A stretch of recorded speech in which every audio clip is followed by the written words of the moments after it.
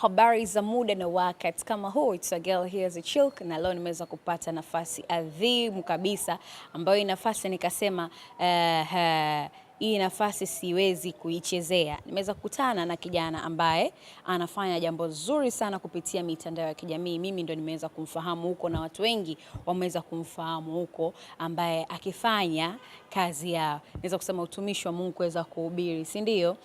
Na kuweza kuwakumbusha watu tuweze kukaa njia sahihi za kuweza kumpendeza Mungu. Na leo tumeweza kupata nafasi ya kuja kumtembelea hapa kanisani kwake, panaitwa Bethel City Church. Tumeweza kufika hadi hapa ili tuweze kumfahamu vizuri na kuweza kujua mambo mawili matatu kuhusiana na yeye. Habari yako? Salama. Shalom, shalom. Shalom. Bwana Yesu asifiwe. Amen. Yesu anazungumzaje katika upande wako? Yesu ni Bwana na Mwokozi wa maisha yangu, pia ni Mungu wangu. Yes. Kwa majina unaitwa nini? Unaitwa nani kwa ambao hawakufahamu? Naitwa Evangelist Evod Madison. Okay. Kazi hii ya huduma ulianza ukiwa na umri wa miaka mingapi? 19. 19. Familia yako umetokea katika familia ya watumishi au ilikuwa ni familia tu ya kawaida? Maana unajua kwenye viwango vya dini familia zinakuwa zinatofautiana. Nimetokea familia ya watumishi kabisa. Baba alikuwa mchungaji na mama alikuwa mama mchungaji. Kwa ni familia ya kilokole. Deep. Okay. Ni kitu gani kama kijana kiliweza kukushawishi kuamua sasa mimi nakaa katika njia hii ya utumishi wa Mungu? Changamoto nyingi ambazo nikutana nazo hapo kati. Unajua unaweza kuwa katika nyumba ya kifalme na ukawa mtumwa. Kwa hiyo nilizaliwa kwenye jamii ya watu ambao wanaenda kanisani. Babangu alikuwa mchungaji lakini sikufuata maadili yale ambayo mzee alinipatia. Kwa baada kufika muda fulani hivi niliingia mtaani nikafanya mambo ya ovyo ovyo. Baadaye Kristo ndo akaniokoa kwa neema zake. Ni tukio gani? Kuna watu wengine wanakuta katika maisha yao kuna matukio ambao yamewatokea mtu mpaka anaamua sasa kuokoka. Je, unakumbuka ni tukio gani la mwisho ambalo ulisema mimi sasa hivi natamani niokoke na niweze kumtumikia Mungu wangu? Nakumbuka kuna siku nilikuwa nimeenda klabu nikarewa sana. Hiyo siku nilichanganya pombe nyingi. Baada ya kufika ghetto nilitapika sana ghetto. Sasa baadaye nikaja kajiuliza, ngazi pombe nimekunywa mimi bado natapika au kama inakuajilia? Nikasema Mungu nisaidie hii situation hii nitoke. Nikiwa mchikichini ndo akaja mtumishi mmoja anaitwa Lukasi. Akaniambia wewe Ahmed, inahitaji twende ibadani, twende kanisani. Nikasema sawa, nikaja hapa kanisani. Hapa ndo sehemu nilipokokea. Nikamwamini Yesu mahali hapa, nikabatizwa, nikajaa Roho Mtakatifu, nikafundishwa namna gani bora kuishi katika kumfuata Kristo katika maisha yangu mpaka sasa. Okay, sawa. Wanasema kwamba kila kitu kina mwanzo na mwisho, lakini pia lazima kiwe kina changamoto hapo katikati. Kazi ya kuhubiri, tunaona mahubiri wengi sana barabarani wakiweza kuambia watu waweze kuokoka. Lakini kuna wengine ambao wanatumia kama kigezo ya kuyaficha makucha yao, lakini kuna wengine wako wa kweli kabisa wakimzungumzia Yesu katika njia sahihi. Je, ushakutana na changamoto gani kubwa wakati unafanya hiyo huduma? Changamoto kitaa ni nyingi ambazo nakutana nazo. Kuna siku nilikuwa nahubiri hizi situation za kubuguziwa, mara kuvunjiwa speaker, mara mic hivi, mara kutupiwa chupa, mara mtu kutemewa mate. Hadi mate wanakutemea kabisa hivi. Hizo waga tunakutana nazo nyingi tu. Pole sana. Asante. Kwa changamoto kama hizo waga zipo ukiwa unafanya injili, maana si wote ambao wataipokea neno la Mungu. Wengine watabisha, wengine watapinga, wengine watajaa ghadhabu na hasira. Kwa vitu kama hivyo walimfanyia Kristo, sisi mti ambaye ni mbichi atatufanyia zaidi. Nadhani post ilikuwa ni ya jana au juzi ambayo imetrend sana kupitia mitandao ya kijamii. Hiyo ambayo ilishare kwenye ukurasa wako wa Instagram, kama una kumbukumbu. Yes, ilikuwa mama pembeni hivi, wakati unatoa huduma ya utumishi, kuna mama alitokea pale katikati ikionekana kama anakufukuza. Ilikuwa ni jana. Chanzo kilikuwa ni kipi yani? Ni yule mama labda pengine kwanza yule mama unafahamiana naye? Hapana. Na ile eneo ushakutoa huduma au ni eneo ilikuwa mara yako ya kwanza? Pale aga natoa kazi mara nyingi tu, aga naenda kutoa pale gerezani. Mara nyingi maeneo ambao naenda kuhubiri.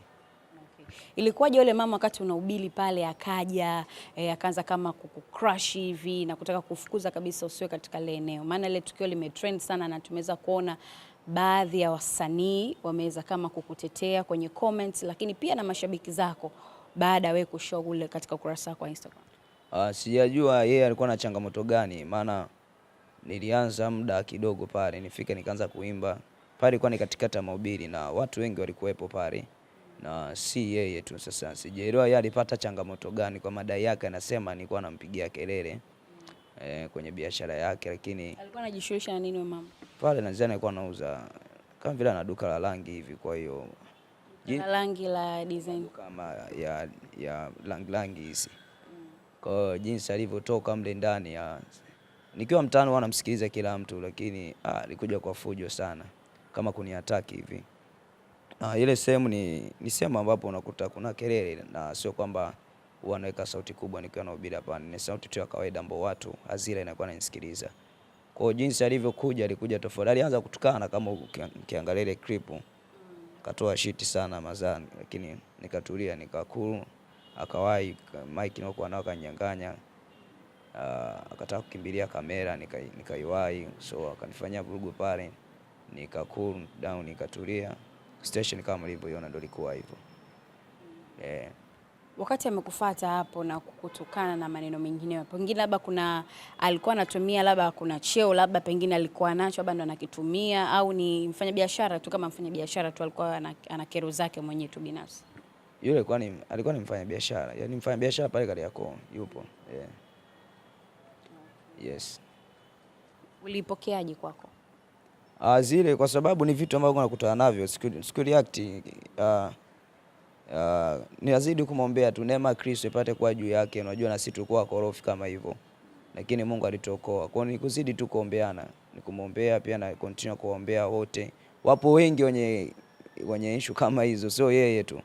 Issue kama hizo tunakutana nazo, lakini kwa sisi ambao tumemwamini Kristo na tunaoenda kuhubiri mtaani, watu kama waraga tunawapatia muda, tunazidi kusema nao, mwisho wa siku wanakuwa wako wanareact kwa uzuri, wanamwamini Kristo kwa watu wakati tamaa.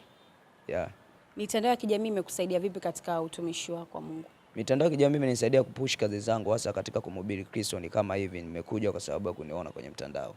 Kwa hiyo inanisaidia kumtangaza Kristo mtandaoni. Sasa hivi dunia sasa isha change. Vijana wengi wanakesha mtandaoni, wanapush vitu vyao mtandaoni, kazi nini. Kwa kule mtandaoni imekuwa ni fursa kubwa na wigo kwangu mimi kufanya kazi za Kristo na kumtangaza Yesu. Kwa vijana kama wewe ambao mpaka sasa hivi bado hawajaokoka, unawazungumziaje? Bado chance ipo, bado neema Kristo ipo yokoa wanadamu, na Yesu bado anakupenda. Ni fursa yako sasa kumkimbilia Kristo na kutoka katika station ngumu na mambo mabaya. Nafasi ipo, chance ipo, Yesu anakupenda sana. Amen. Okay. Tumalizeni hii hapa.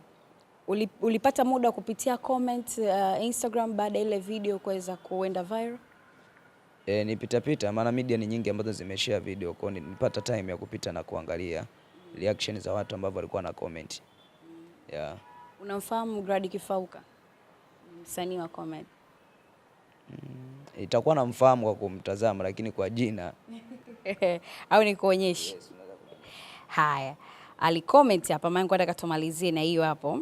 Alisema yeye baada ya kuona kwamba unafukuzwa, alisema kesho unahubiri wapi? Nije alafu nione anayekuja kukufukuza. Huyu hapa, huyu anaitwa Glady Kifauka huyu. Kifaruka. Ni comedian. Alikuwa anaigiza kwenye Kitimtimu, anaigiza kama Pilipili. Okay. Huyu hapa. Unamfahamu? Okay, sasa nitakuwa namfahamu. Yuko kwenye Kipilipili huyu, Kitimtimu ile. Sasa. Alikuwa kina Dulivani. Sawa. Unamjua? Unataja na wafahamu. Kasema bwana yeye anataka kuja pale siku unapofanya injili yako. Kwa yote ambaye atakayejitokeza pale kutaka kukukwamisha ibada watu siwafikie. Yeye anaye, unamkaribisha? Namkaribisha, tutamtumia location. Tutamtumia location. Lakini unamwambiaje Glady? Maana Glady imeonekana kwamba ni design fulani naye pia anahitaji maombi. Kristo ni wa watu wote. Tunaposema Yesu ni wa watu wote, hachagui dini, kabila wala dhehebu, kwa mtu yoyote. Kwa ukipenda kile ambacho nakifanya na unampenda Mungu ninayemtangaza. Kwa kama ananipenda na nampenda Yesu aliyoko ndani yangu, na mimi nasema kama Kristo anavyotupenda na ndivyo ambavyo anakupenda wewe pia. Sawa bwana. Dada Glady bwana, umekaribishwa bwana. Ufike eneo la tukio pale tuweze kupeleka neno la Mungu, si ndio? Yes. Basi mimi nashukuru sana kwa muda wako. Mungu azidi kukubariki na kila laheri bwana. Sisi vijana tupo, yes, tunaendelea kufurahia huduma. Amen. Haya ndugu zangu, tulikuwa tumefanya mahojiano hapa na kakangu na nadhani wote tumeweza kumsikia kwa wale ambao amezungumza. Hivyo basi nawakaribisha sana, muendelee kutufuatilia mara kwa mara kupitia hapa PMTV2, lakini pia hiki tulichoweza kukizungumzia unaweza ukadrop comment yako hapa kwa wale ambao tumezungumzia hapa, kutoa maoni, ushauri, mawazo maana unaambiwa bwana, kazi ya utumishi ni kazi ya kujitolea, si ndio? Hivyo basi hata wewe pia maneno yako yanaweza katufanya na sisi kutujenga, baadaye tuweze kukaa katika njia iliyokuwa sahihi. Mimi nishukuru sana kwa muda wako, tukutane tena next time. Bye bye.